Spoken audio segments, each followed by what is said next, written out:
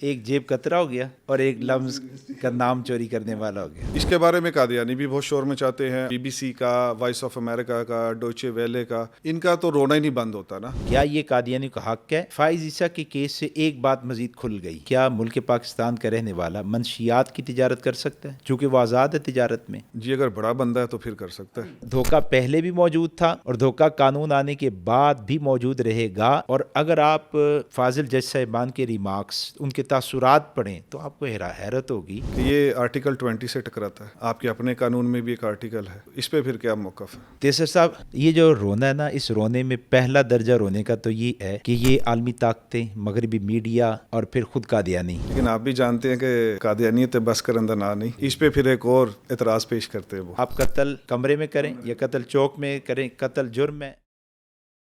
السلام علیکم ناظرین، کچھ عرصہ پہلے کی بات ہے کہ لمز کے چند اسٹوڈنٹس میں عقیدہ تحفظ ختم نبوت کے اوپر ایک لیکچر دے رہا تھا، اور آبویس سی بات ہے کہ اس میں قادیانیت بھی ڈسکس ہوگی۔ تو ہر سیشن کے اینڈ میں میرا کوئی اینڈ سیشن ہوتا ہے، تو سوال جواب کی نشست میں ایک اسٹوڈنٹ اٹھے اور انہوں نے مجھ سے یہ کہا کہ میں لمز میں لاء پڑھ رہا ہوں، تو ان کو مسلمان نہیں کہا جا سکتا، اور یہ جو عقائد ہیں ان کو کوئی بھی اسلام نہیں کہہ سکتا، لیکن تیسر صاحب انہیں بریدنگ سپیس تو دینی چاہیے آپ لوگوں کو۔ میں نے جب ان سے اس کے بارے میں تھوڑا اور پوچھا تو وہ امتناع قادیانیت آرڈیننس کے اوپر بات کرنا چاہ رہے تھے۔ میں نے ان کو اس کی کچھ لاجک سمجھائیں تو الحمدللہ فوراً انہوں نے اکنالج کیا، لیکن حقیقت تو یہ ہے کہ یہ صرف لمز کے ایک اسٹوڈنٹ کا سوال نہیں، یہ جین زی کو اس سوال کے اوپر لایا گیا ہے۔ ایک بہت ہی ایک انڈانٹڈ قسم کی محنت ہے مغرب نواز میڈیا کی، اور اس کی سب سے بڑی مثال ابھی تقریباً 1.5 ہفتہ پہلے ڈان نیوز نے پھر ایک ایسا پروگرام کیا کہ جس میں وہ چند ایسے اشکالات کو ابھارتے ہیں، کبھی ہیومن رائٹس کے سلوگن کے تحت، کبھی کسی اور چیز کے تحت۔ تو پھر ہم نے بھی مناسب سمجھا کہ اس کے اوپر میڈیا میں کم از کم ایک دفعہ ایک سیر حاصل بحث اور گفتگو ہو جانی چاہیے۔ اور ناظرین، چونکہ آج 26 اپریل کا دن ہے، جو کہ پاکستان کی تاریخ میں امتناع قادیانیت آرڈیننس کی وجہ سے ایک تاریخ ساز دن کی حیثیت حاصل کر چکا ہے، اور قادیانیت کے اور اس جنزی کے اشکالات کے بارے میں گفتگو کرنے کے لیے اس موضوع پہ مجھے کسی ایسی شخصیت کی تلاش تھی کہ جو قادیانیت کو نہ صرف اس کی پیدائش سے جانتا ہو اور نہ صرف وہ پاکستان کے لیول پہ جانتا ہو، بلکہ وہ ان کی پوری دنیا میں سرگرمیوں کے اوپر بھی ایک گہری نظر رکھتا ہو۔ تو اس لیے آج کافی وتھ یسر کے اگلے ہمارے مہمان ونس اگین پھر ہیں مولانا منیر احمد علوی صاحب۔ السلام علیکم منیر صاحب۔ وعلیکم السلام ورحمۃ اللہ۔ ناظرین، میں مولانا منیر احمد علوی صاحب کا تعارف کروا دیتا ہوں۔ مولانا منیر احمد علوی صاحب شبان ختم نبوت کے نائب امیر ہیں، السعادہ انٹرنیشنل اور الرباط کے فاؤنڈر ہیں، اور کتب کثیرہ کے یہ مصنف ہیں۔ اور اس میں سب سے اہم بات یہ ہے کہ پاکستان کی تاریخ میں جو قادیانیت پہ بیسٹ سیلر کتابیں ہیں وہ مولانا منیر احمد علوی صاحب نے لکھی ہیں۔ تو منیر صاحب، ہم چلتے ہیں اپنے پہلے سوال کی طرف کہ آخر یہ امتناع قادیانیت آرڈیننس کو بنانے کی ضرورت کیوں پیش آئی؟ جی تیسر صاحب، امتناع قادیانیت آرڈیننس پر جو سوالات ہوتے ہیں ان میں سے یہ ایک بنیادی سوال ہے کہ جب 1974 میں قادیانیوں کو غیر مسلم اقلیت قرار دے دیا گیا تو پھر اس آرڈیننس کی ضرورت کیا تھی؟ بالکل، یہ گفتگو کا اور معاملے کا ایک پہلو ہے۔ آپ دوسرے پہلو کی طرف دیکھیں کہ جن کے بارے میں وہ ترمیم آئی اور جن کو غیر مسلم اقلیت قرار دیا گیا، ریاست نے جن کے بارے میں فیصلہ دیا، کیا انہوں نے اس ترمیم کو، اس فیصلے کو قبول کیا؟ تو آپ کو انکار میں جواب ملے گا کہ انہوں نے اس فیصلے کو قبول نہیں کیا۔ اور صرف یہ نہیں کہ انہوں نے اس فیصلے کا انکار کیا، بلکہ انہوں نے ریاست کے اس فیصلے کے خلاف اعلان بغاوت کیا ہے۔ اچھا، انہوں نے اس فیصلے کے آنے کے بعد، یعنی ترمیم کے آنے کے بعد، شعر اسلامی کا کھلا استعمال کیا، کلمے کے بیج لگائے، اپنے گھروں کے باہر انہوں نے کلمے لکھ کے لگائے، اور کھلے عام مجمع عام میں جا جا کر خود کو مسلمان کہتے رہے اور مسلمانوں کو قادیانیت کی دعوت دیتے رہے، اور کھلے عام مرزا غلام قادیانی کو نبی اور رسول کہتے بھی رہے اور مسلمانوں کو اس کی دعوت بھی دیتے رہے۔ پھر ساتھ ساتھ ان کی طرف سے پرتشدد کارروائیاں بھی ہوئیں ان لوگوں کے خلاف جو لوگ اس آئینی ترمیم سے لوگوں کو آگاہ کر رہے تھے اور پاکستان کے رہنے والے مسلمانوں کو بتا رہے تھے کہ قادیانیوں کو اسلام نے تو پہلے سے کافر کہا، یعنی جب مرزا نے دعویٰ کی اسی وقت سے کافر، لیکن 1974 میں قادیانیوں کو آئینی طور پر بھی کافر قرار دے دیا گیا ہے۔ جو لوگ اس تحریک کا حصہ تھے، فیصل آباد میں، سرگودا میں، سیالکوٹ میں، مختلف جگہوں پر قادیانیوں نے ان کے خلاف پرتشدد کارروائیاں بھی کیں، اور پھر ایک بڑا واقعہ ہوا جس کی بنیاد پر علماء نے جنرل ضیاء الحق صاحب سے مطالبہ کیا کہ آپ ان کی شرانگیزیوں کے خلاف کوئی دیوار کھڑی کریں، اور یہ جو مسلمانوں کو دھوکہ دے رہے ہیں اہل ایمان کو اس دھوکے سے بچائیں اور کوئی قانون بنایا جائے۔ چنانچہ 1984 میں پھر جنرل ضیاء الحق صاحب کے ہاتھوں اللہ نے یہ کام لیا اور امتناع قادیانیت آرڈیننس کے نام سے ملک پاکستان میں اسلامیہ نے پاکستان کے ایمان کی ضمانت دی گئی اور قادیانیوں کو دھوکہ دینے سے روکا گیا۔ جی ٹھیک ہے منیر صاحب، یہ بات تو سمجھ آ گئی، لیکن اس امتناع قادیانیت آرڈیننس کی وجہ سے آئین میں کیا تبدیلی آئی؟ امتناع قادیانیت آرڈیننس کی وجہ سے آئین میں 2 شقوں کا اضافہ کیا گیا، ایک 298B اور دوسری 298C۔ ان 2 شقوں کے تحت اگر آپ تشریحات کو پڑھیں تو اس کا خلاصہ آپ کو یہ ملا گیا کہ قادیانی شعائر اسلامی کا استعمال نہیں کر سکتے، اور قادیانی کسی کو اسلام کے نام پر اپنے کفر کی دعوت نہیں دے سکتے۔ یہ 2 شقوں کا اضافہ کیا گیا تھا۔ تو ان 2 شقوں کے ذریعے کیا کیا اس کی آگے تفصیلات آئیں اور امینڈمنٹس آئیں؟ جی اگر آپ ان کی تفصیلات کو لینا چاہیں تو آپ ویکیپیڈیا پر دیکھیں تو اس میں بھی آپ کو مل جائے گا، آپ قانون کی کتاب کو اٹھائیں اس کی تشریح میں مل جائے گا۔ میری اپنی کچھ کتابوں کے اندر میں نے ان 2 شقوں کو تفصیلاً لکھا بھی ہے، یہ اگر آپ دیکھنا چاہیں تو 298B جی اس کے تحت پھر کچھ شقیں ہیں، A B section C D۔ تو A کو دیکھیں تو اس میں لکھا ہے کہ نبی کریم صلی اللہ علیہ وسلم کے جانشینوں کے علاوہ کسی کو امیر المومنین کہنا، خلیفۃ المؤمنین کہنا، یہ ریاستی سطح پر جرم ہے۔ ٹھیک ہے۔ آپ B میں جائیں تو B میں لکھا ہے کہ نبی پاک صلی اللہ علیہ وسلم کی ازواج کے علاوہ کسی کی بیوی کو ام المومنین کہنا، یہ بھی ریاست کے نزدیک جرم ہے۔ C میں جائیں تو نبی علیہ السلام کے اہل بیت، آپ کے گھر کے افراد کے علاوہ کسی کے خاندان کو، گھر کو اہل بیت کہنا، یہ بھی ریاست نے اس کو جرم قرار دیا۔ پھر D میں جائیں تو قادیانیوں کے بارے میں واضح لکھا کہ اپنی عبادت گاہ کو مسجد نہیں کہہ سکتے۔ اس کے علاوہ یہ لکھا کہ قادیانی آذان نہیں کہہ سکتے، شعائر اسلامی کا استعمال نہیں کر سکتے۔ یہ 298B کا خلاصہ ہے۔ 298C کو اگر آپ دیکھیں تو اس میں اس بات کی وضاحت کی گئی ہے کہ قادیانی مسلمان نہیں ہیں، اس لیے وہ کسی مسلمان کو اسلام کے نام پر اپنے کفر کی دعوت نہیں دے سکتے۔ قادیانیوں کا مذہب اسلام نہیں ہے، اس لیے وہ اپنے مذہب کو اسلام نہیں کہہ سکتے۔ اگر وہ کسی مسلمان کو دعوت دیں جرم ہے، اپنے مذہب کو اسلام کہیں جرم ہے، اور ان دونوں شقوں میں اس جرم پر جو سزا درج ہے وہ سزا 3 سال تک قید اور ساتھ کچھ مالی جرمانے کا اعلان بھی ہے۔ تو اس کا مطلب یہ ہوا کہ قادیانی پورے پاکستان میں کسی صورت بھی مسلمانوں کی کسی ایک چیز کو بھی یوز کرتے ہوئے، دھوکہ دیتے ہوئے اپنے آپ کو مسلمان باور نہیں کرا سکتے۔ جی شعائر اسلامی جو بھی چیز اسلام کا اظہار، جس سے بھی اسلام کا اظہار ہوتا ہو، قادیانی اس کو استعمال نہیں کر سکتے۔ ٹھیک ہو گیا منیر صاحب کہ ان کو شعائر اسلامی کے استعمال سے روک دیا گیا، جی لیکن اذان کہنے پہ 3 سال سزا ہے، ہاں جی صرف 3 سال، اور کلمہ کہنے پہ بھی 3 سال سزا جی ہے۔ کلمہ پڑھنے پر بھی صرف 3 سال۔ تیسر صاحب آپ جس ملک میں ہیں یہاں پر قانون ہے کسی کا دانت توڑو تو 12 سال تک سزا مل سکتی ہے، اچھا 12 سال تک۔ اور یہاں معاملہ دیکھیں کہ ایک آدمی مرزا غلام قادیانی جیسی شخصیت کو نعوذ باللہ محمد کہے استغفر۔ تو صرف 3 سال سزا ہے، اس کی بیوی کو امہات المومنین کے درجے پہ پہنچا کر ام المومنین کہے تو صرف 3 سال سزا ہے۔ واقعی اس کے مرتد چیلے جو اسلام سے انحراف کر گئے ان کو خلیفہ کہے، ان کو امیر المومنین کہے، ان کو صحابی کہے، ان کے لیے رضی اللہ عنہ کا لفظ یہ دعائیہ جملہ استعمال کرے تو صرف 3 سال سزا ہے۔ تیسر صاحب یہ جو 3 سال کی سزا ہے یہ تو تھوڑی سزا ہے، بہت تھوڑی، جی بہت تھوڑی۔ جرم بہت بڑا ہے لیکن سزا تھوڑی ہے۔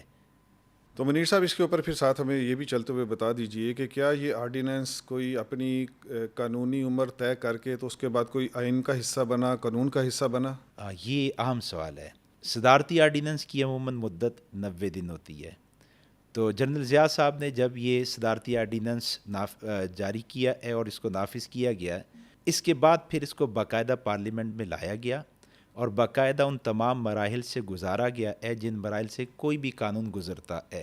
اس لیے یہ صرف صدارتی آرڈیننس نہیں ہے کہ 90 دن رہا اس کے بعد اس کی ایسی نہ، بلکہ یہ پارلیمنٹ کے تمام مراحل سے گزرا جن مراحل سے کوئی بھی قانون گزرتا ہے اس کو گزارا گیا.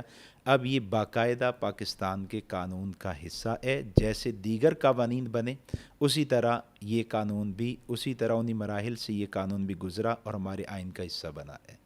جی منیر صاحب، آپ کی اب تک کی گفتگو سے اور اس قانون کے اوپر روشنی جو آپ نے ڈالی اس سے یہ بات تو بڑی کلیئر کٹ واضح ہو جاتی ہے کہ یہ آرڈیننس بنا ہی اس لیے تھا کہ قادیانی مسلمانوں کو اسلام کے نام پر دھوکہ نہ دے سکے. جی بالکل.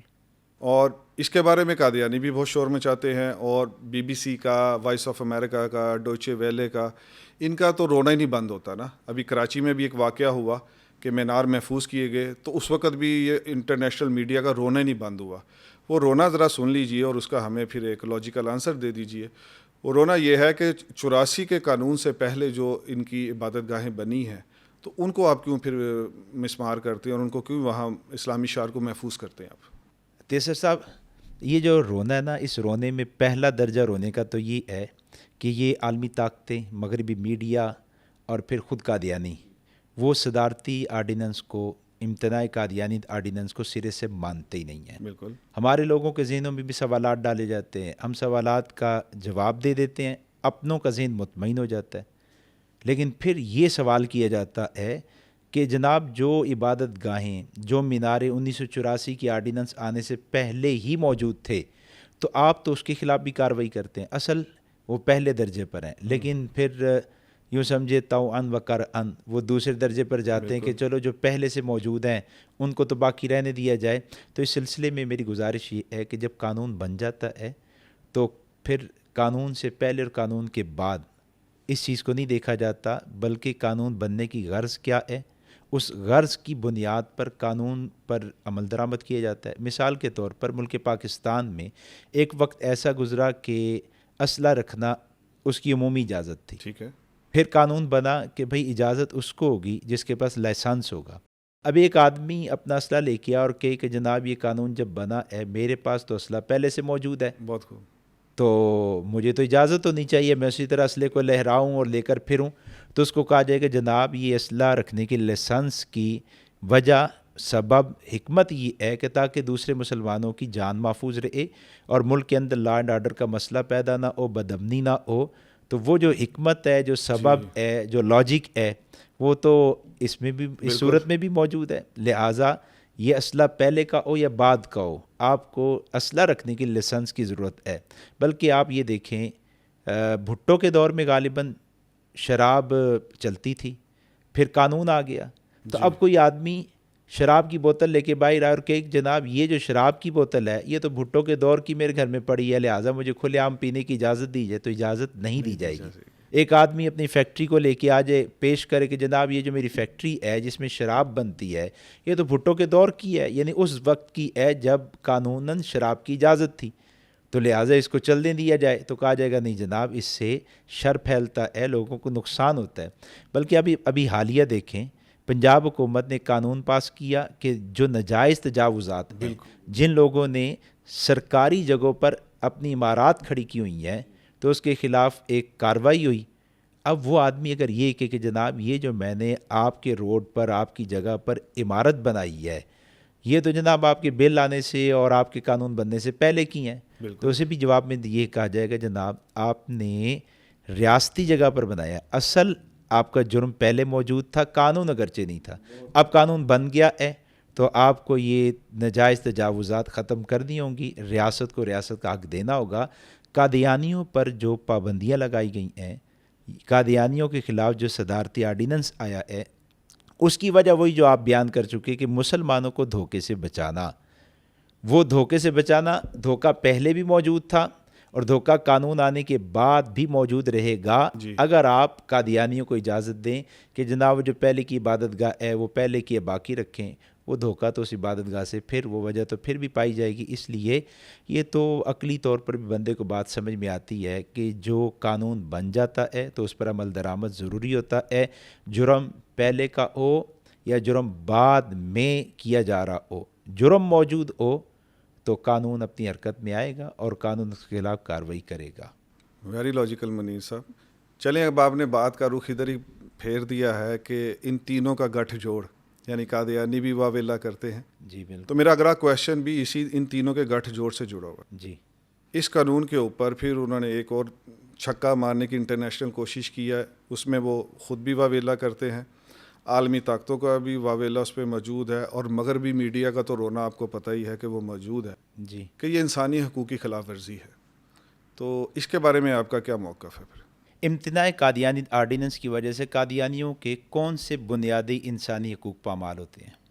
ملک پاکستان میں یہ قانون موجود ہے، تو کیا قادیانی یہاں پر افواج پاکستان میں نہیں ہیں؟ بالکل ہے۔ دیگر اداروں میں نہیں ہیں؟ کیا یہاں پر قادیانیوں کو تجارت کے شعبے میں تجارت کے مواقع حاصل نہیں ہیں؟ وہ تجارت نہیں کر رہے۔ صنعت کاری کے شعبے میں جائیں تو ان کی صنعتیں، ان کی فیکٹری موجود نہیں بڑی ہیں۔ فیکٹری ہیں۔ آپ ایجوکیشن کے میدان میں جائیں تو کیا ان کے بچے اسکول نہیں جا رہے؟ کیا ان کے بچے کالج نہیں جا رہے، یونیورسٹی نہیں پڑھ رہے؟ آپ کسی بھی میدان میں جائیں، جو بنیادی انسانی حقوق ہوتے ہیں قادیانیوں کو ملک پاکستان میں وہ تمام حقوق حاصل ہیں۔ بالکل۔ بلکہ قادیانیوں نے تو اکثریت کے حقوق پر ڈاکہ زنی کی ہوئی ہے اقلیت، جی ہے اقلیت، لیکن وہ کہتے ہیں جی ہم اکثریت کا حصہ ہی نہیں، خود کو کہتے ہیں مسلمان ہیں، تو اکثریت کے کوٹے میں سے حصہ لے جاتے ہیں۔ ان کو تمام تر انسانی بنیادی حقوق ملک پاکستان میں حاصل ہے۔ یہ خام خواہ کا ایک پروپیگنڈا ہے، اس کا حقیقت سے کوئی تعلق نہیں ہے۔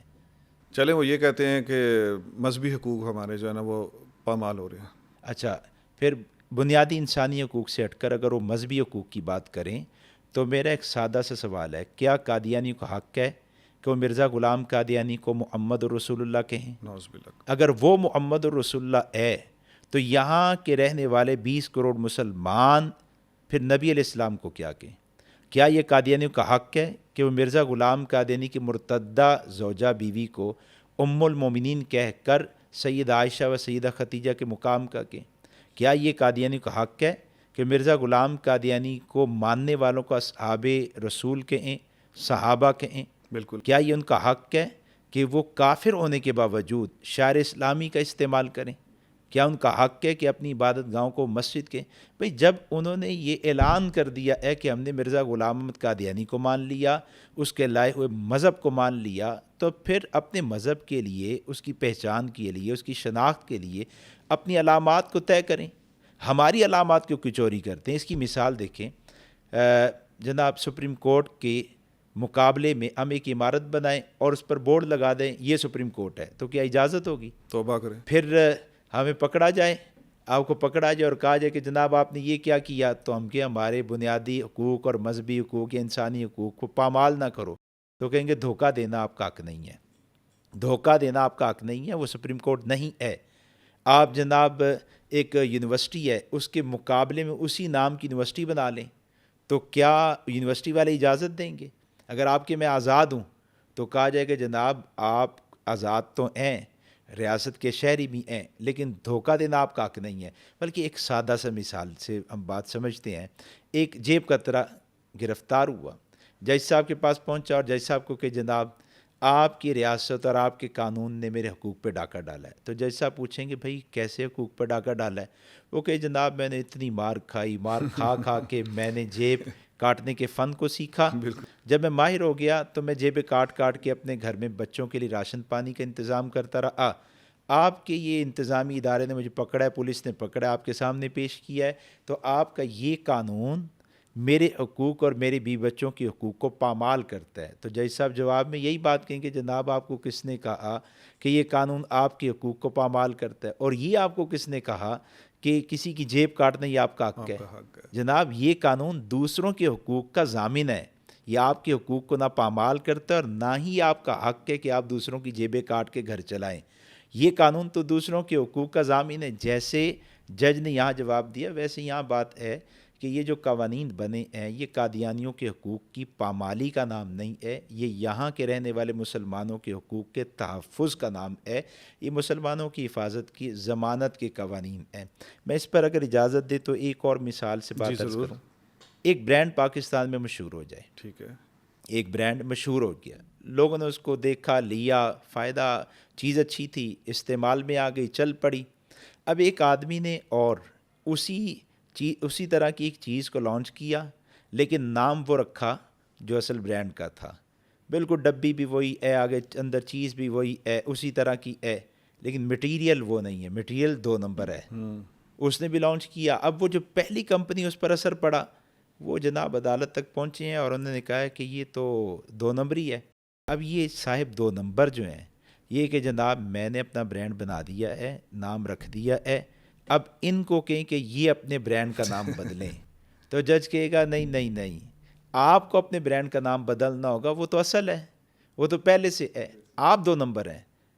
اور اگر وہ کہ اچھا چلو یہ صورت کر لیتے، وہ بھی استعمال کرتے اسی نام کو، میں بھی، تو جج صاحب کہیں گے نہیں، وہ اصل ہے، وہی چلے گا، آپ 2 نمبر ہیں، آپ کی چیز 2 نمبر ہے، آپ کو اجازت نہیں دی جائے گی۔ قادیانی یہ کہتے ہیں ہم اصل ہیں، جبکہ وہ اصل ہے جو رسول پاک صلی اللہ علیہ وسلم سے چلے آ رہے ہیں۔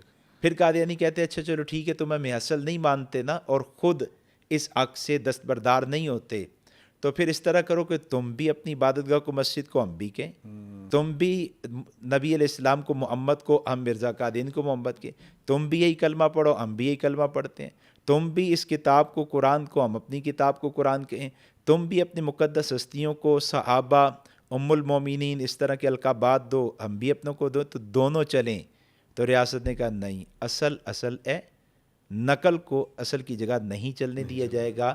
تو ریاست نے اصل میں جو قانون بنایا ہے، اور یہ جو امتناع قادیانی آرڈیننس قانون ہے، یہ تو اصل کی حفاظت کے لیے، اصل کو اس کا حق دینے کے لیے ہے، اور یہ بات سمجھانے کے لیے کہ یہ 2 نمبر جو ہے، یہ 2 نمبری جو ہے، یہ 1 نمبری کے مقابلے میں اور اس کے ساتھ نہیں چل سکتی۔ بہت شکریہ منیر صاحب کہ آپ نے اتنی گہرائی میں ہمیں لے جا کر یہ بات سمجھا دی، لیکن آپ بھی جانتے ہیں کہ قادیانیت بس کر اندر نہ نہیں، اس پہ پھر ایک اور اعتراض پیش کرتے ہیں وہ جی، کہ یہ آرٹیکل 20 سے ٹکراتا ہے، آپ کے اپنے قانون میں بھی ایک آرٹیکل ہے، تو اس پہ پھر کیا موقف ہے؟ جی تیسر صاحب، آرٹیکل 20 موجود ہے، لیکن آرٹیکل 20 کے تحت جو لکھا ہے نا کہ ہر شخص آزاد ہے، تجارت کی بھی آزادی ہے، مذہب کی بھی آزادی ہے، تو میں تجارت کی آزادی کے حوالے سے آپ سے پوچھتا ہوں، کیا ملک پاکستان کا رہنے والا منشیات کی تجارت کر سکتا ہے؟ چونکہ وہ آزاد ہے تجارت میں، تو منشیات کی تجارت کر سکتا ہے؟ جی اگر بڑا بندہ ہے تو پھر کر سکتا ہے۔ نہیں، بڑے چھوٹے کی اور قوت والا اور کمزور کی بات سے ہٹ کر قانوناً وہ منشیات کی تجارت کر سکتا قطر نہیں کر سکتا، نہیں کر جرم سکتا۔ ہے۔ اس کو یہی سمجھایا جائے گا کہ بھائی تجارت کی آزادی بھی مطلق نہیں ہے، مقید ہے، جیسے باؤنڈریز ہیں اس کی۔ تجارت میں وہ مقید ہے، ہر چیز کی تجارت نہیں کر سکتا، اسی طرح مذہب میں آزاد تو ہے، کون سا مذہب رکھتا ہے، وہ ہندو ہے، عیسائی ہے، وہ کسی اور مذہب میں رہنا چاہتا ہے، لیکن اس پر پابندی اس بات کی ضرور ہے کہ تم اپنے مذہب کو کسی دوسرے مذہب کا ٹائٹل نہیں دو گے۔ مذہبی آزادی قادیانیوں کو بھی ہے، وہ اپنے مذہب پر رہنا چاہتے رہیں، جہاں جانا چاہتے جائیں، لیکن وہ شعار اسلامی کے استعمال کریں، یہ آرٹیکل 20 اجازت نہیں دیتا، اور دنیا کا کوئی قانون بھی اس طرح کے دھوکے کی اجازت نہیں دیتا۔ یہ جو قادیانی سمجھتے ہیں کہ آرٹیکل 20 کے تحت ہمیں ہر طرح کی آزادی حاصل ہے، ان کی بے وقوفی ہے۔ اچھا، میں اس پر ایک اور سادہ سی مثال پھر عرض کر دوں، میں آزاد ہوں، الحمدللہ۔ اب میں اپنا ہاتھ گھمانا شروع کروں، چلانا شروع کروں، آج چلتے چلتے چلتے آپ کی گال شریف تک پہنچ جائے، آپ کی ناک شریف تک پہنچ جائے، اور آپ کو مجھ سے تماچا لگ جائے، تکلیف پہنچے، آپ رد عمل دیں گے؟ جی میں پوچھوں کہ جناب، میں یہ کہوں کہ جناب میں آزاد ہوں، ہاتھ گھمانے میں بھی آزاد ہوں، تو آپ مجھے کہیں گے کہ بھئی آپ کی آزادی میرے ناک کی حدود شروع ہونے سے پہلے ختم ہو چکی ہے۔ بالکل۔ اس طرح قادیانیوں کی مذہبی آزادی اسلام کی حد بندیوں سے پہلے اسلام کے ضابطوں سے پہلے ختم ہو چکی ہیں، وہ اس آرٹیکل کے تحت مسلمانوں کو دھوکہ نہیں دے سکتے۔ اس آرٹیکل کا معنی مفہوم ہی اور ہے، اور وہ اس کو کسی اور معنی میں لینے کی کوشش کرتے ہیں۔ منیر صاحب بہت ہی لاجیکل ہے یہ بات آرٹیکل 20 والی، لیکن ابھی آپ نے جو ایک مثال دی تو مجھے اس کے اوپر ایک اور ذہن میں بات آ رہی ہے۔ ابھی ایک جیب کترے کی مثال دی آپ نے، تو آپ ہم سے بہت بہتر جانتے ہیں کہ قادیانیوں سے بڑا جیب کترا تو کوئی ہے ہی نہیں، جی جی، ایمان لوٹتے ہیں۔ ایمان لوٹتے ہیں، بالکل۔ تو کیا یہ بھی کبھی اس طرح عدالت میں بار بار گئے ہیں اور کوئی ان کی درگت بنی، کیا ہوا کچھ اس کے بارے میں بھی ہے کہ یہ جاتے ہیں ابھی بھی عدالتوں میں؟ جی تیسر صاحب، قادیانیوں کو بدقسمتی ایسی ہے کہ مرزا غلام قادین خود بھی مختلف اوقات میں شکست کھاتا رہا، ذلت لیتا رہا. یہ قادیانیوں کے مقدر میں بھی ہے. ہر 5-10 سال کے وقفے کے بعد ان کی طرف سے کوئی ایسی حرکت ہوتی ہے کہ ان کو مزید شکست ملتی ہے، اچھا. ذلت میں اضافہ ہو جاتا ہے. یہ جب صدارتی آرڈیننس آیا، امتناع قادیانیت آرڈیننس، یہ آیا تو اس کے بعد یہ لاہور ہائی کورٹ، اسلام آباد high court, Quetta high court, مختلف ہائی کورٹس میں گئے، اور تمام ہائی کورٹس کے فاضل جج صاحبان نے صدارتی آرڈیننس کے حق میں فیصلہ دیا، اور یہ بات واضح طور پر کہی کہ 1984 کا امتناع قادیانیت آرڈیننس یہ قادیانی کے حقوق کی پامالی کا نام نہیں ہے، یہ مسلمانوں کے حقوق کی ضمانت دینے والا ایک آرڈیننس ہے.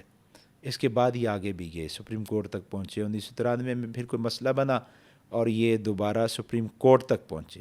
اب سپریم کورٹ کا فل بینچ بیٹھا، طرفین کی بات سنی، موقف سنا، طرفین کے دلائل سنے، اور یہ تمام تر دلائل سننے کے بعد، پورا موقف سامنے آ جانے کے بعد، آپ کے سپریم کورٹ کی فل بینچ نے امتناع قادیانیت آرڈیننس کے حق میں فیصلہ دیا، اور وہی بات کہی جو نیچے کی عدالتیں کہہ چکی تھیں.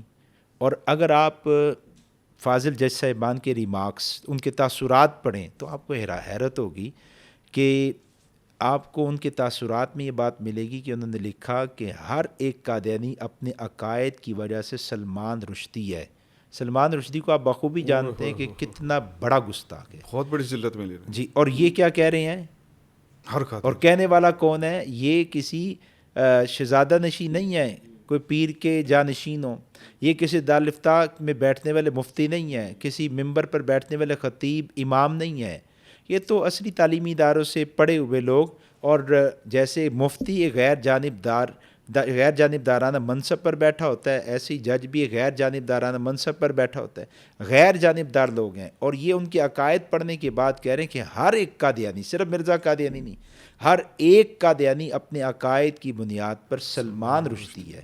اور پھر آگے انہوں نے کہا کہ یہ جو قادیانی کہہ رہے ہیں نا کہ ہمارے حقوق کی پامالی ہے، تو وہ کہتے ہیں کہ دھوکے باز کو دھوکے سے روکنا اس کے حق کو غصب کرنا نہیں ہے، اس کے حق کو پامال کرنا نہیں ہے، بلکہ یہ حق والے کے حق کا دفاع ہے. تو یہ سپریم کورٹ تک پہنچے ہیں. بلکہ ابھی جسٹس فائز عیسیٰ کے معاملے کو بھی آپ جانتے ہیں، تو اس کی تمام تفصیلات بھی سوشل میڈیا پر آ چکی ہیں. اگر گنجائش ہو تو میں اس پر بھی کچھ بات آپ کے سامنے عرض کر دیتا ہوں. باقی جہاں یہ پہنچے ہیں وہاں پر انہیں شکست ہوئی، ذلت پر ذلت ملی، اور امتناع قادیانیت آرڈیننس کے بارے میں عدالتوں نے، اعلیٰ عدالتوں نے، وہاں بیٹھے ہوئے لوگوں نے یہی فیصلہ دیا، یہ قانون اور یہ امتناع قادیانیت آرڈیننس یہ حق بجانب ہے. آپ کی یہ جو بات ہے کہ یہ باز نہیں آتے اور بار بار ہر 5-10 سال کے بعد جاتے ہیں اور پہلے سے بڑی ذلت لے کے آ جاتے ہیں، تو جیسے آپ نے فائز عیسیٰ صاحب والے کیس کی بات کی، تو میرے ذہن میں تو یہ بات آئی کہ صرف قادیانی بڑی ذلت لے کے نہیں آتا، بلکہ قادیانی نواز کی بھی بدقسمتی یہ ہے کہ وہ جب بھی ان کا ساتھ دیتا ہے تو اس کو بھی پچھلے سے بہت بڑی ذلت اس کے بھی مقدر میں آتی ہے، اور ایون اس کو یہاں سے جانا پڑتا ہے. جی بالکل، شیطان کا قرین برا ہے. بالکل ایسے ہی ہے. اور جیسے اس کو ذلت ملی ہے، اس کے قرین کے لیے بھی ذلت ہے. یہ تو بہت اچھا ہوا آپ نے بات کر دی، کیونکہ کچھ عرصے سے میرے ذہن میں یہ بات تھی کہ انشاءاللہ میں آپ کو دوبارہ پھر اپنے اس پوڈ کاسٹ میں وہ انوائٹ کروں گا کہ ہم اس پورے ایک جو قاضی فائز عیسیٰ صاحب والا معاملہ تھا اس پہ بھی ہم کچھ باتیں وہ ابھی تک دبی ہوئی ہیں، اس پہ ڈاؤٹس ہیں کچھ نوجوان نسل کو، تو اس پہ ہمیں ضرور ٹاک کرنا میں بس چاہیے. ایک جملہ اگر عرض کر جی دوں، جی ضرور، آپ جو وہ بھی یہ کہ فائز عیسیٰ کے کیس سے ایک بات مزید کھل گئی، اور وہ پھر قانون کا حصہ بھی بن گئی، یعنی اس پر سپریم کورٹ کی مہر لگ گئی. جی وہ یہ کہ قادیانی جرم بازار میں کرے یا جرم گھر میں کرے، جرم جرم ہے. واہ، یہ اس فیصلے یہ جو ایک کا کمی تھی حاصل ہے. پیچھے، یعنی عوام کو نہیں پتہ تھی، کمی نہیں تھی، بس لوگوں کے سامنے یہ پہلو نہیں تھا. تو تو فائز عیسیٰ کے فیصلے سے یہ بات بھی واضح ہو گئی، آپ قتل کمرے میں کریں یا قتل چوک میں کریں، قتل جرم ہے، دونوں جگہ جرم ہے. اسی طرح توہین رسالت ہے، توہین مذہب ہے، کفر کی دعوت ہے، بازار میں دیں یا گھر میں دیں، کسی بند کمرے میں دیں، جرم جرم ہے. ان کو اس جرم کی کسی صورت اجازت نہیں دی جا سکتی. اچھا منیر صاحب، یہ جو بھی تھوڑی گفتگو ہوئی ہے تو اس سے تو مجھے بہت زیادہ پریشانی جو ہے نا وہ لاحق ہوتی ہے. آپ نے جیب کترے کی مثال دی ہے، یہ مثال ایسی ہے کہ 25 کروڑ عوام میں کسی پڑھے لکھے کو یا ریڈی والے کو روک کے سمجھا دیا جائے تو وہ آن بورڈ ہو جائے گا اور اس کو کوئی اشکالات ڈاؤٹس نہیں رہیں گے. جی لیکن اس کے بعد پھر مجھے یہ بات سمجھ نہیں آتی کہ پھر اس کے بعد ملک پاکستان کے بڑے بڑے اداروں میں پھر تھوڑی دیر کے بعد قادیانیت نوازی ہوتی ہے اور ملک کے ہی ساری ترقی کو اور ساری سسٹم کو سبوتاژ کرنے والا کوئی نہ کوئی معاملہ سامنے آ جاتا ہے.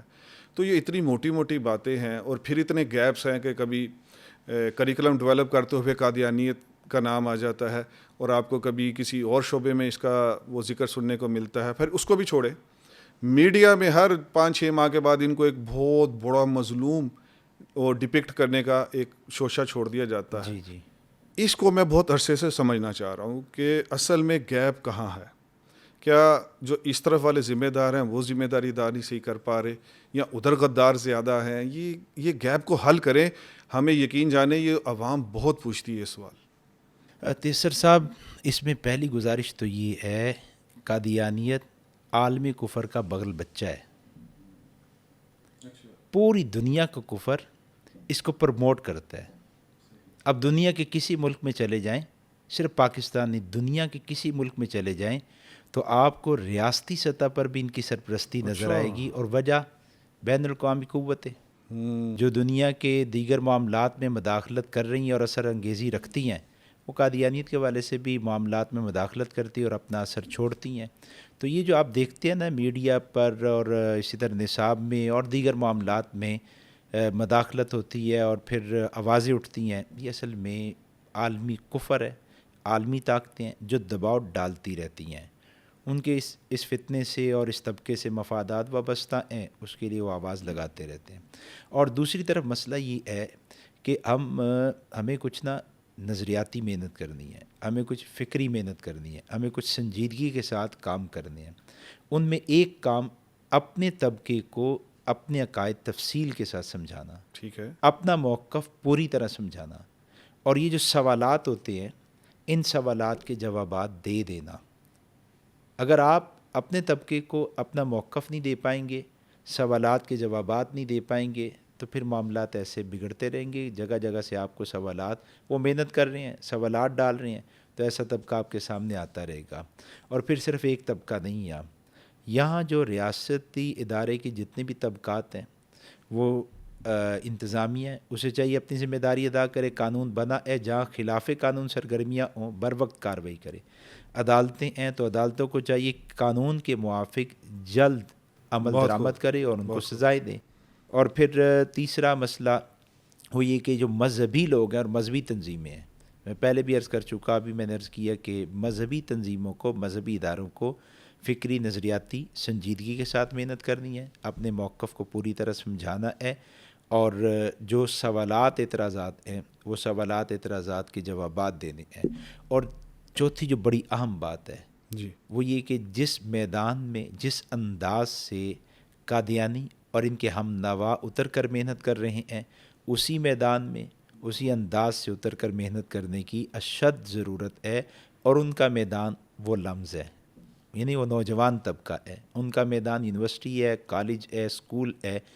تو ہمیں چاہیے کہ ہم اسی طبقے میں اتر کر کام کریں تاکہ یہاں جو نوجوانوں کے ذہن میں سوالات اشکالات ڈالے جاتے ہیں بر وقت ان کا ازالہ ہو. ایک کی طرف سے سوال آتا ہے, 10 اور بھی بیٹھے ہوتے ہیں, لیکن اس ایک کا جب آپ جواب دیتے ہیں تو آپ نے مجمع میں بیٹھے ہوئے 300 لوگوں کی حفاظت کی ہے. اس سلسلے میں آپ کا بھی بہت اچھا کام ہے, میں اس کو بھی خراج تحسین پیش کرتا ہوں. آپ کے اور جتنے بھی احباب اس سلسلے میں کام کر رہے ہیں, کسی بھی نام سے اس میدان کو ان نے چنا ہوا ہے, میں ان کو بھی خراج تحسین پیش کرتا ہوں. باقی جن کا میں نے ذکر کیا ان کو اپنی ذمہ داری ادا کرنی ہوگی, تبھی یہ معاملات کنٹرول میں آئیں گے. جیسے آپ نے فرمایا ان کا میدان اور ہے, اور آج کل تقریباً 90% سے زائد ان کا میدان تو میڈیا ہے. اس پہ کچھ روشنی ڈالیں گے آپ کہ اس میدان میں ہم تو کہاں سٹینڈ کر رہے ہیں اور اس کا پھر نقصان کیا ہو رہا ہے؟ دیکھیے جی, میں یہ بات کھل کر عرض کر دوں کہ قادیانی میڈیا کے میدان میں بہت عرصہ پہلے آ گئے. اب انہیں تقریباً 3 دہائیاں ہو چکی ہیں, 30 سال ہونے والے ہیں. وہ میڈیا کے میدان میں آئے ہیں اور انہیں میڈیا کو استعمال کیا ہے. ایک تو ہم میڈیا کے میدان میں آئے نہیں, بالکل, اور جو کچھ لوگ آئے ہیں تو ان کے پاس وسائل بھی محدود ہیں, افراد بھی کم ہیں. ہمیں چاہیے کہ ہم تنظیمی سطح پر, جماعتی سطح پر میڈیا کو اختیار کریں, میڈیا کے میدان میں آئیں, اور کم از کم, میں یہ کم از کم لفظ لے رہا ہوں, جی, کم از کم اس درجے پر آ کر محنت کریں جس درجے پر اور جس سٹیج پر قادیانی آ کر محنت کر رہے ہیں. ان کا میڈیا کا میدان آپ جانتے ہیں. میں پھر عرض کروں کم از کم ہمیں تو اس سے آگے جی بڑھنا بالکل، ہے. بے شک. تو یہ جماعتیں تنظیمیں اس میدان میں آئیں، اور جو افراد آ چکے ہیں وہ فرد واحد کی صورت میں ہیں، 2-4 ساتھیوں کی صورت میں ہیں. ہمیں چاہیے ہم ان کے معاون بن جائیں. آپ بھی بنیں، میں بھی بنوں، اور بغیر کسی ٹائٹل کے. اس کا ٹائٹل کیا ہے، اس کا نام کیا ہے، کاز کے عنوان پر ایسے لوگوں کی معاونت کریں. باقی جو میڈیا سے وابستہ لوگ ہیں، اگر اس پر آپ ان سے رائے لیں تو میرا خیال ہے، بلکہ میرا جو یقین ہے، وہ زیادہ بہتر رہنمائی کر سکتے ہیں. بہت شکریہ منیر صاحب. آپ سے جب بھی ہم اپنی پوڈ کاسٹ میں گفتگو کرتے اچھا، ہیں. میرے شکریہ کی ادائیگی سے پہلے میرے ذہن میں ایک سوال ہے، وہ میں آپ سے کرنا چاہتا ہوں. جی جی ضرور. آپ نے مجھ سے سوالات کیے، جو میرے پاس تھا میں نے کچھ آپ کے سامنے رکھ دیا. تو آپ نے لمز کی جو کارگزاری شروع میں پیش کی، جی کہ وہ لمز کے ایک طالب علم نے آپ سے سوالات کیے، آپ نے اس کو جوابات دے دیے اور اس کا اطمینان بھی ہو گیا. جی جی بالکل ہوا. اچھا، وہ اطمینان بخش باتوں میں سے کوئی ایک بات جو مجھے بھی فائدہ دے اور مجھ سے کہیں کوئی اس عنوان پر گفتگو کرے تو میں آپ کی یہ بات اس کے سامنے رکھ سکوں تاکہ اسے اطمینان ہو سکے، اور جو ہمیں سننے والے ہوں ان کو بھی اچھی طرح. چونکہ میں نے دیکھا کہ آپ بہت دفعہ ایسا ہوتا ہے کہ ایک جملے میں بڑے بڑے اشکالات کا ازالہ بھی کر جاتے ہیں. تو مجھے کوئی ایسا جملہ جو آپ نے اسے کہا، کوئی ایسی مثال جو آپ نے اسے دی، وہ ذرا وہ مجھے بہت بھی دیں. زبردست. الحمدللہ اللہ کے کرم سے کلائمیکس ہو گیا. چونکہ میں نے خود لمز میں جاب کی ہے، تو back in 2009 I was senior officer imports LUMS university. ماشاء اللہ. تو جب میرا لیکچر تھا وہ 90 منٹ کا، تب تو انہیں نہیں پتہ تھا. پھر بینڈ میں انہوں نے کہا سمجھانے کے لیے اس اعتراض کا جواب کہ دیکھیں میں لمز میں جاب کرتا رہا ہوں 2009 میں. تو لمز کے سامنے اس طرح کچھ 3-4 لائن میں وہ اپوزٹ اس کے کچھ کوٹھیاں ہیں. اس نے کہا جی بالکل ہیں. میں نے کہا اس میں لوگ رہائش رکھتے ہیں پرائیویٹ؟ اس نے کہا جی ایسے ہی ہے. میں کہا اچھا، میں تیسر علی، میں ادھر ایک لمز کے اپوزٹ ایک لمز یونیورسٹی کھولنا چاہتا ہوں. تو میں ان 6-7 گھروں کو، ایک لائن میں ایک گھر ہیں وہ سب خرید لیتا ہوں، جی. اور میں یونیورسٹی بناتا ہوں تیسر یونیورسٹی. تو کیا مجھے آزادی ہے؟ وہ آرٹیکل 20 یہ وہ سب کچھ باتیں. میں کہا آزادی ہے؟ اس نے کہا جی بالکل آزادی ہے. میں نے کہا اچھا، میں نے اس کو کروڑوں روپیہ پر روپیہ لگا کے تو وہ میں نے ایک بہت بڑی یونیورسٹی بنا لی. لیکن مسئلہ ہے کہ وہ چلی نہیں. اور 6-7 ماہ کے بعد مجھے جو ہے وہ میرے انویسٹر تھے، انہوں نے بھی یہاں سے پکڑا کہ بھائی یہ تو ساری رقم ڈوب رہی ہے، کچھ کرو. تو میں نے ان اسٹوڈنٹ سے، لایا کہ جو اسٹوڈنٹ تھے، میں نے پوچھا آپ مجھے بتائیں کہ میں اس کے بعد ایک پلان لے کے آتا ہوں کہ بھئی یہ چلے گی کیسے. میں اس کا نام تیسر یونیورسٹی سے وہ بورڈ ہٹا دیتا ہوں اور میں اس پہ لکھ لیتا ہوں لمز یونیورسٹی. کمال. تو جیسے آپ مسکرائے نا، تو وہ اسٹوڈنٹ جو تھے وہ بھی مسکرا اٹھے. تو میں نے کہا جی یہ میرا رائٹ ہے نا، آپ نے ابھی کہا آرٹیکل 20 کا تھا بزنس کرو، میں یونیورسٹی کھول سکتا ہوں، یہ میرا رائٹ ہے. اور مجھے آرٹیکل دے رہا ہے تو میرا رائٹ ہے نا میں لمز کو اس کا نام رکھ لوں، کیونکہ ورنہ کروڑوں ڈوب جائیں گے. تو ہنس پڑا. اس نے کہا نہیں، آپ کوئی بھی نام رکھ سکتے ہیں لیکن آپ لمز کو نام استعمال تو نہیں کر سکتے. ایک جیب کترا ہو گیا اور ایک لمز یونیورسٹی کا نام چوری کرنے والا ہو گیا. اجازت نہیں ہے. بس یہ المیہ ہے. اچھا ہوا آپ اس بات پہ لے آئے. یہ المیہ ہے کہ اللہ معاف کرے ہمارے سو کالڈ اتنے پڑھے لکھے لوگ کہ جو کہتے ہیں ہم ہارورڈ سے پڑھ کے آئے ہیں، وہ ہم MIT سے پڑھ کے آئے ہیں، لیکن وہ اس بات کے اوپر تو وہ اعتراض اٹھا لیتے ہیں کہ جی ان کے حقوق. اور لیکن جب ہم ان کو یہ کہیں کہ پھر ہم بھی لمز کے مقابلے میں لمز بنا لیتے ہیں، تو پھر آپ ذرا ان کے چہرے پہ مسکراہٹ دیکھیں. جی جی جی. تو وہ یہ ایسی بات تھی کہ وہ بعد میں وہ پھر مجھے ملے تو انہوں نے کہا کہ اس مثال سے تو مجھے بات واضح ہو کلیئرٹی سے بھی آگے بات سمجھ آ گئی کہ دھوکہ دہی کسی بھی دنیا کے ایک انچ پہ جا کے کھڑے ہو جائے تو آپ کو قانون فوراً پکڑ لے گا. اٹ ڈزنٹ میٹر کہ وہ عیسائی ملک ہے، وہ یہودی ملک ہے، یعنی آپ ہندو ملک ہے. لندن میں جا کے، امریکہ میں جا کے مسلمان ہیں لیکن وہاں جا کے خود کو عیسائی کے اور اکثریت کے حقوق کو لینا چاہیں تو وہ آپ کو دھوکے باز کہیں گے. بالکل ایسے. تو وہ بہت زبردست ہماری ایک کلائمیکس ہوا. ونس اگین منیر صاحب آپ کا بہت بہت شکریہ. اور پچھلا بھی جو ہمارا آپ کے ساتھ پروگرام ہوا تو اس میں سے میں آپ کو ایک بہت اہم بات بتانا چاہتا ہوں کہ مجھے بہت سے یوٹیوب کے اوپر آپ کی ویڈیو پہ میسیجز آئے. وہ زیادہ تر یہ تھے کہ اتنے بظاہر بڑے بڑے پہاڑ جیسے سوال جو بنائے ہوئے ہیں اس کا اتنا آسان اور اتنا لاجیکل جواب دینے والی یہ شخصیت کون ہے. تو اللہ آپ کے اس علم میں برکت ڈالے. اور ناظرین، میں منیر صاحب کی بات پر ہی جو انہوں نے آخر میں فرمائی اسی پہ ہی آج کی اپنی اس پوڈ کاسٹ سے اختتام کرنا چاہوں گا۔ منیر صاحب نے کہا کہ وہ 30 سال پہلے سے آ کے میڈیا پہ محنت کر رہے ہیں، عالمی میڈیا اتنا بڑا وہ ان کے ساتھ ہو جاتا ہے، پاکستان میں قادیانیت نواز میڈیا ان کے ساتھ ہو جاتا ہے، لیکن قادیانیت کو بھی سوچنا چاہیے اور قادیانیت نواز اس میڈیا اور یہاں کے عہدے داران کو بھی سوچنا چاہیے۔ 74 آیا، قادیانیوں کی قسمت آپ کے سامنے ہے۔ 1984 کا آرڈیننس آیا، قادیانیوں کی قسمت آپ کے سامنے ہے۔ اس کے بعد پھر وہ باز نہیں آئے، وہ 91 93 ظہیر بنام سرکار میں پھر وہ عدالت میں گئے اور آپ کے سامنے ہے کہ ان کو کہہ دیا گیا کہ ہر قادیانی رشدی جیسا گستاخ ہے، اور ابھی بھی ختم نہیں ہو رہا ان کا یہ مسئلہ۔ 24 میں فائز عیسیٰ صاحب کے پاس چلے گئے، قادیانیت کی ذلت سب کچھ آپ کے سامنے ہے۔ تو میں یہ پیغام دینا چاہتا ہوں کہ قادیانیوں، تمہاری سالہ سال کی کروڑوں اربوں روپے کی اپنے چینلز کی محنت، اور پھر اس کے بعد عالمی کفر کی گود میں بیٹھ کر ہمارے ملک میں جو اپنے قادیانی نواز تم حاصل کر کے اور اس کے بعد جو اتنی محنتیں کر رہے ہو، تو صرف ایک دفعہ رک کے سوچ لو کہ یہ اتنی ذلتیں جمع کر کے لے جانی کہاں ہے۔ اور جو میرا آخری پیغام ہے وہ بھی منیر صاحب کی بات سے ہے کہ ہمارے کابرین نے اپنی پوری زندگی نہ دن دیکھا نہ رات دیکھا اور ایسے قوانین بنا کر وہ چلے گئے۔ اب ہماری سب سے بڑی ذمہ داری اور فریضہ یہ ہے کہ وہ قانون بنا گئے، ہم قانون کا شعور دینے والے بن جائیں اور ہم قانون پہ عمل درآمد کروانے والے بن جائیں۔ جی ہاں، یہ میرا اور آپ کا یہ پہلا فریضہ ہے کہ اپنے ارد گرد قادیانیوں کی غیر قانونی سرگرمیوں کے اوپر قانونی ایکشن لیا جائے۔ اور سب سے اہم بات یہی ہے کہ خدا را آپ اپنے میڈیاز کے ذریعے ایسے جو سوالات ہیں ان کا جوابات وہ باہر نکالتے رہیں اور عوام کی ذہن سازی کرتے رہیں۔ انشاءاللہ اگلی پوڈ کاسٹ میں پھر آپ کے ساتھ پھر کسی سلگتے موضوع کو لیے ہوئے اس طرح ہی کی کسی علمی گہرائی اور بصیرت والی شخصیت کے ساتھ میں حاضر ہوں گا۔ تب تک کے لیے مجھے اجازت دیجیے۔ اللہ حافظ۔